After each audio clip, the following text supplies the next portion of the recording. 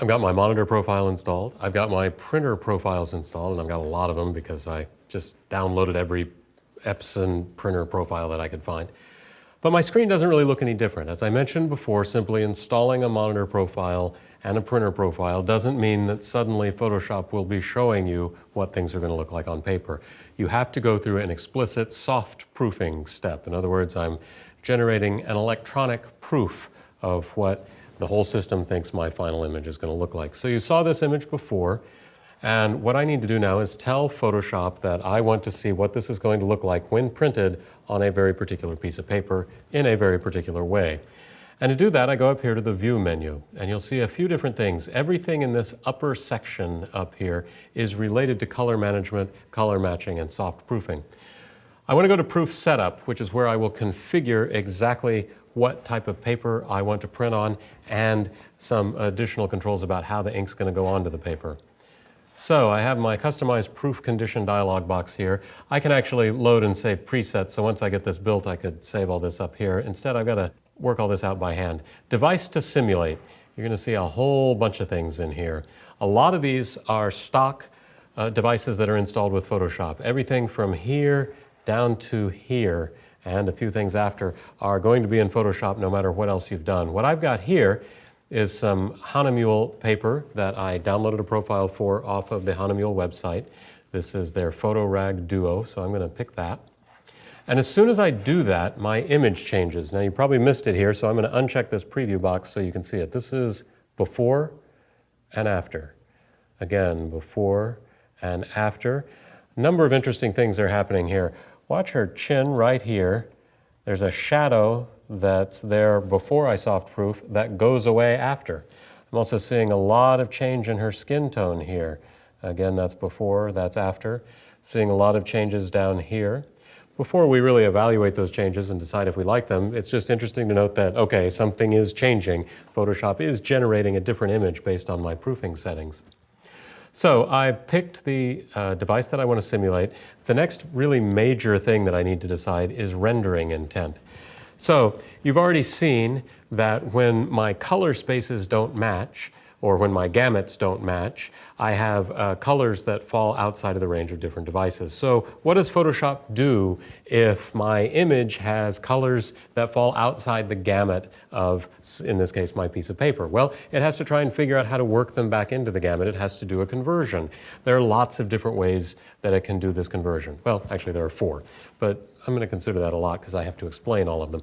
The first one is perceptual. Perceptual rendering intent tries to preserve the visual relationships that exist between colors. It's designed to mimic what color looks like to the human eye. It's a good choice for images that have out-of-gamut colors. So here's what perceptual looked like, and you can see it did just change between perceptual and the rendering intent I had before. I picked up a little bit of the shadow back. I've gotten more detail back in here. I'm liking these skin tones. That looks pretty good. Let's see what else we've got. Saturation really affected no change here at all. It's actually not a rendering intent that's relevant to photos. It's designed for charts and business graphics, things that have big solid blocks of very saturated colors. So you can almost always ignore that one. Relative colorimetric tries to preserve, or actually does preserve, the white point in the source and destination spaces, but then all of the other colors are shifted according to what that white is. The idea with relative colorimetric is that it will preserve more of the original colors in the image than the perceptual intent that we saw before. Let me switch between those two for you so you can see. This is relative colorimetric and that's perceptual. Again, perceptual, relative colorimetric. With the relative colorimetric, I'm seeing more contrast show up in here. Her hair's looking a little more yellow to me here than it is here. There's an overall loss of saturation with perceptual, and that's probably to do as it's shifting the colors around once it's determined the white point. Absolute colorimetric is the last option here. It actually does the opposite of what relative colorimetric does. It starts with black, and it adjusts for differences in the black points between my source space and my destination space. And then it maps the full range of colors from the source space into the destination space. This is great if your original image and your paper profile have roughly the same size gamut. Mine don't, actually. There's not a huge change here, but here's relative colorimetric, here's absolute colorimetric. So, do you need to remember all that stuff? No, you don't need to remember the definitions of those things. Just remember that saturation is never going to do much for you. What you need to do here in your soft proof is just pick the one that you think looks the best. I can't tell you more than that. Pick the one that you think looks the best. Trust your own eye and your own taste. Know that below that is also this black point compensation box, which is going to change how Photoshop thinks about black in the image. It's worth turning that on and off. And actually turning it on fixes this shadow here, drains some saturation that I didn't like there. Let's see what it looks like over here. Not all of these give you a black point compensation option. Perceptual does. I think that I'm going to go with relative colorimetric with black point compensation. All I'm looking for are the things we've been looking for throughout this course. Good white, good black, range of colors that I like. And now I'm going to remember that. Relative colorimetric and black point compensation. So this is what I think, I'm going to hit OK now. This is what Photoshop thinks my image is going to look like when it's printed. Based on this, I can now do some image editing if I wanted. I'm probably not going to get a big shift in blacks. If I'm seeing a color shift that I don't like, I could try to edit it away.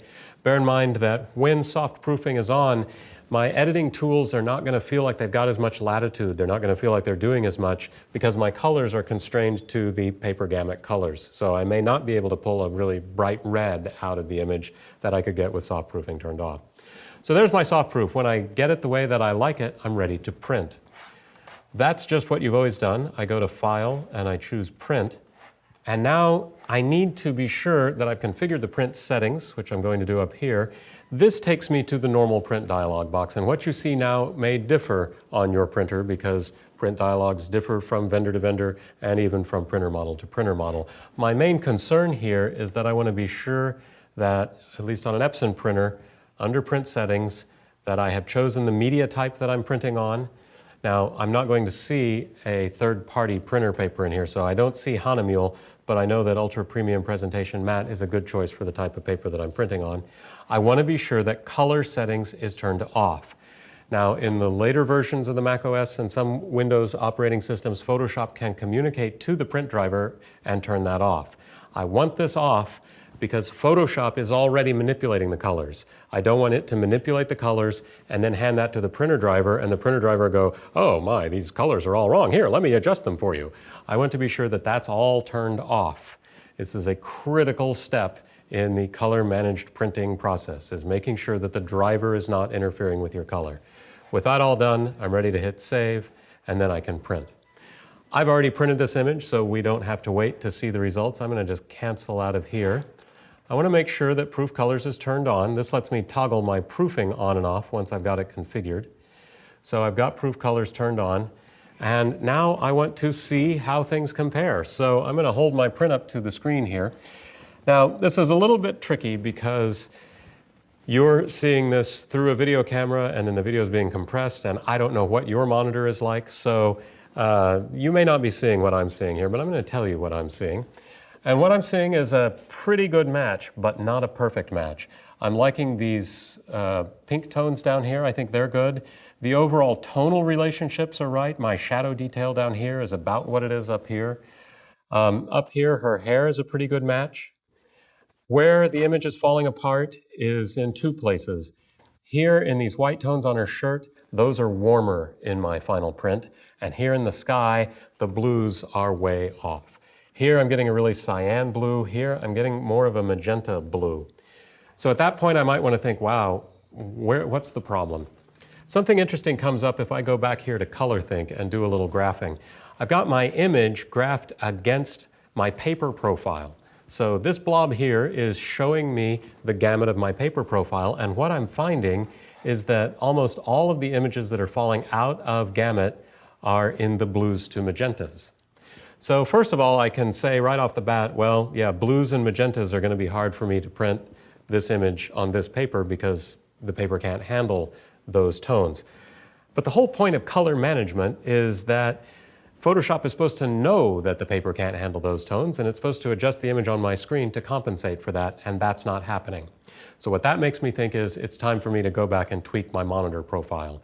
As I said, profiling more than once, you might get different results. I'm also in a situation where it's difficult to profile. So I'm going to go back to my Spider software, build another profile, run the profile analysis software on it and see what it says about the cyans and try and get that profile built up to something better. I'm going to keep the old one because I need to compare all of these things. This, what you've just seen, is a pretty typical color management situation.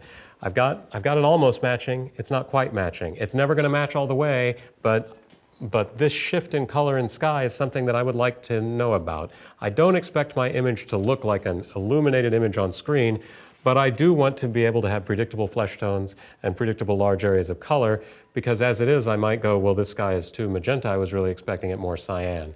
To do that, I'm going to have to go back and adjust my monitor profile and hope that it works. And there's no guarantee that it will.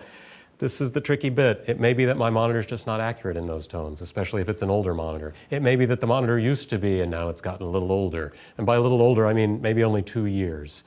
So I'm going to have to go back and juggle with that. That's all going to take time. It's going to require more test prints and so on and so forth. If I can get it working, it's great. But it is going to take some work. So that's the thing I want you to know about color management is you can invest in the hardware and you can get it to work. You've got to think about whether it's worth the time and the money and the consumables you're going to go through.